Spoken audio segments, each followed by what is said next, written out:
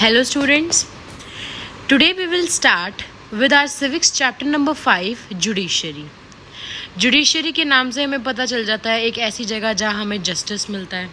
But students, क्या आपको पता है हमारे कंट्री के डिफरेंट ऑर्गन्स होते हैं जो हमारी कंट्री को कंट्रोल करते हैं, उनकी वर्किंग्स को चेक करते हैं और किसी न किसी वे में उनको इफ़ेक्ट करते हैं। तो जो ऐसे 4 लोग जो हमारी कंट्री को चलाते हैं वो होते हैं गवर्नमेंट, जो मेन इम्पॉर्टेंट होता है। फिर आती है मीडिया, जो मीडिया आपको पल पल की खबर बताती है। फिर आती है जुडिशरी, जो हम आज पढ़ेंगे इस चैप्टर के अंदर। And fourth, the main important people, जो एक्चुअल में हमारे कंट्री को चलाने में हेल्प करते हैं और इसकी वर्किंग सही हो रही है या नहीं हो रही है उसको प्रॉपरली चेक करते हैं। It means government, media, judiciary, people, ये 4 ऐसी चीज़ें हैं जो एक कंट्री को चलाने के लिए बहुत इम्पॉर्टेंट है। They play a very major role in the working. अब स्टूडेंट्स, मैं आपको समझाती हूँ जुडिशरी। जुडिशरी एक ऐसा अंग है हमारी गवर्नमेंट का जो क्या करती है, डिस्प्यूट्स मीन्स लड़ाई को सॉर्ट आउट करती है, क्लियर करती है, किस तरीके से लॉ को समझाते हुए। सपोज करो 2 पर्सन के बीच में लड़ाई हो रही है तो जुडिशरी क्या करेगी कि उनको लॉ समझाएगी कि इस तरीके से ये चीज़ होनी चाहिए थी, अगर ये चीज़ नहीं हो रही है तो इसको इस तरीके से हम ठीक कर सकते हैं। मतलब उन दोनों पार्टी के बीच में सेटलिंग करना। जुडिशरी बहुत नेसेसरी है हमारी लिबर्टी को प्रोटेक्ट करने के लिए। जो इंडिविजुअल्स एक लिबर्टी की तरीके से जीते हैं, एक इंडिपेंडेंटली जीते हैं, उनको एक तरीके से प्रोटेक्ट करने के लिए जुडिशरी बहुत इम्पॉर्टेंट है।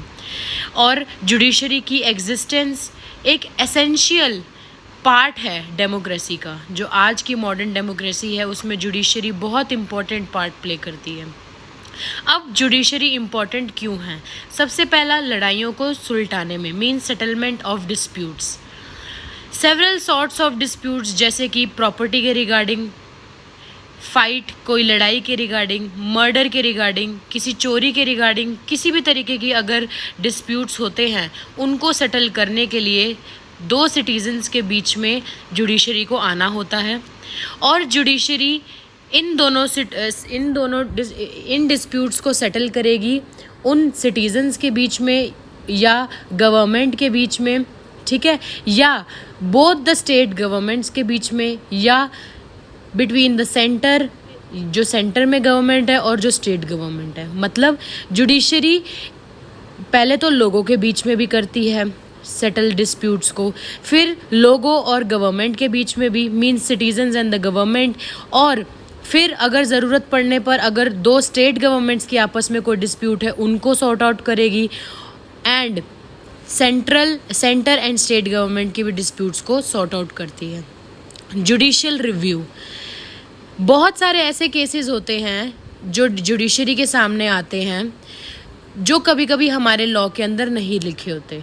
तो जुडिशरी के पास ये पावर है कि वो अपने लॉज को रिव्यू कर सकती है, मतलब चेक कर सकती है और न्यू लॉज पार्लियामेंट में लेकर आ सकती है।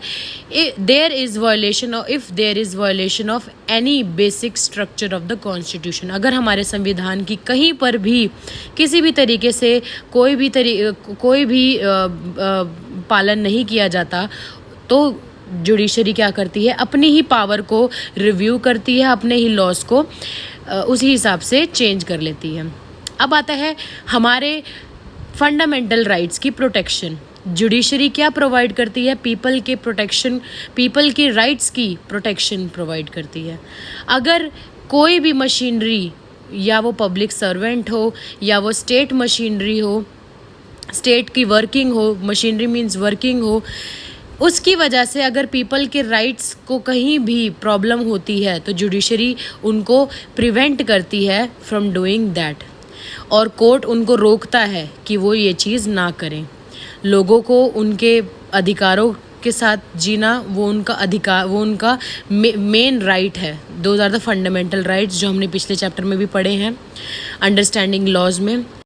स्टूडेंट्स, अब एडवाइज़री में कि ज्यूरिसडिक्शन को जब एडवाइज़री की ज़रूरत होती है तो वो सुप्रीम कोर्ट के ओपिनियन को बहुत वैल्यूएबल ओपिनियन मांगती है और उनसे इम्पॉर्टेंट क्वेश्चंस रिलेट करती है कि हमें लॉ के अंदर क्या करना चाहिए, और जो भी मैटर्स उनके पास पब्लिक के उसमें जुडिशरी सुप्रीम कोर्ट का ओपिनियन लेती है. Thank you students. Hello students, in the previous lecture I have told you about what is judiciary. Judiciary or judicial system is the system of courts that administers justice in the name of the state.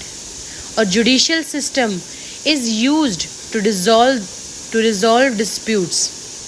एक ऐसा system जिसे हमें लड़ाई को solve करने के लिए हम यूज़ करते हैं, और एक ऐसी ब्रांच ऑफ गवर्नमेंट है जो हमें ये बताती है कि लॉ कितना इम्पॉर्टेंट है और लॉ के हमें मायने समझाती है. Most important organ of the government as it safeguards rights of the people is judiciary. लड़ाइयाँ कौन कौन सी सॉल्व होती हैं? Between the citizens, between citizens and government, and between government and government, like state government and central government. In democracy, independent judiciary is a necessity as it is a guardian of the constitution. हमारे संविधान का एक तरीके से रखवाला है judiciary.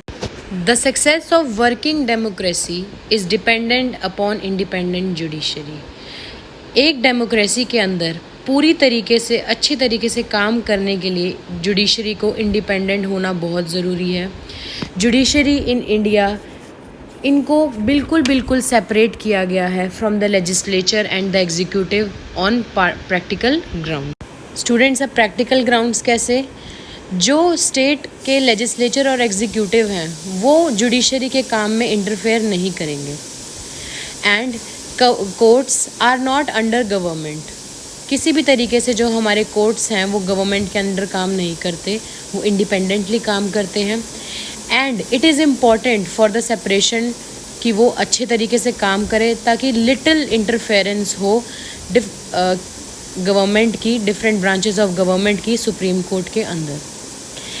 Independence judiciary को क्या क्या अलाउ करता है students?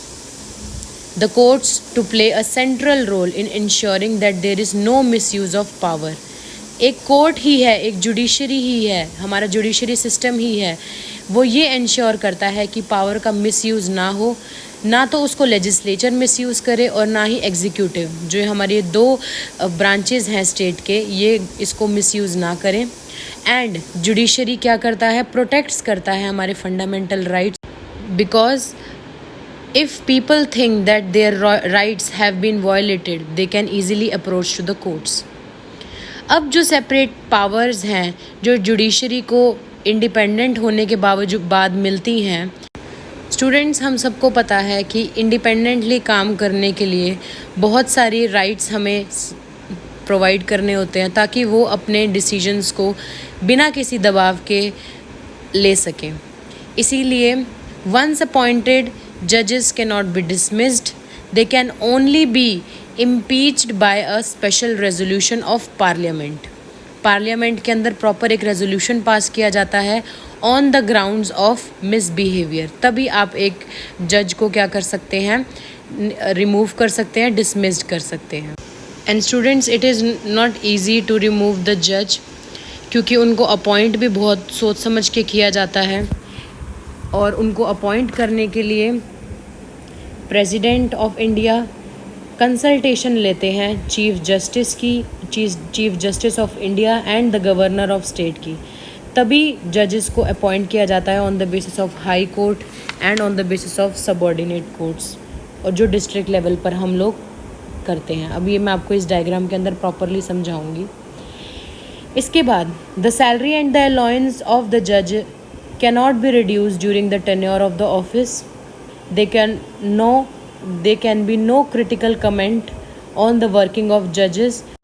Comment in the sense nobody can challenge the decision of a judge. चाहे वो पार्लियामेंट और चाहे वो कोई भी अनदर बॉडी, कोई भी अदर बॉडी हो, वो डिसीजन जो जज ने लिया है उसके डिसीजन को किसी भी तरीके का कोई भी क्रिटिकल कमेंट पास आउट नहीं कर सकते. ये सारी जो राइट्स हैं ये हमारे जजेस को प्रोवाइड होते हैं। थोड़ी आप ये कह सकते हो इंडिपेंडेंस जजेस को प्रोवाइड होती है। सबसे पहले मैंने आपको समझाया, एक बार जब हमने जजेस को अपॉइंट कर लिया देन जजेस can not be dismissed. The salary and allowance of जज कैन नॉट बी रिड्यूस्ड। जब उनका कार्यकाल चल रहा हो बीच में उनकी सैलरी कभी भी कम नहीं हो सकती। There can be no critical comment on the working of जजेस। उनके डिसीजन पर कोई उनको किसी भी तरीके की क्वेश्चनिंग पुट नहीं कर सकता, ठीक है, चाहे वो पार्लियामेंट हो चाहे वो कोई भी अनदर बॉडी हो। अब स्टूडेंट्स मैं आपको समझाऊंगी कि there are 3 different levels of courts जिसमें एक्चुअल में हमारा जो जुडिशरी है वो चलता है।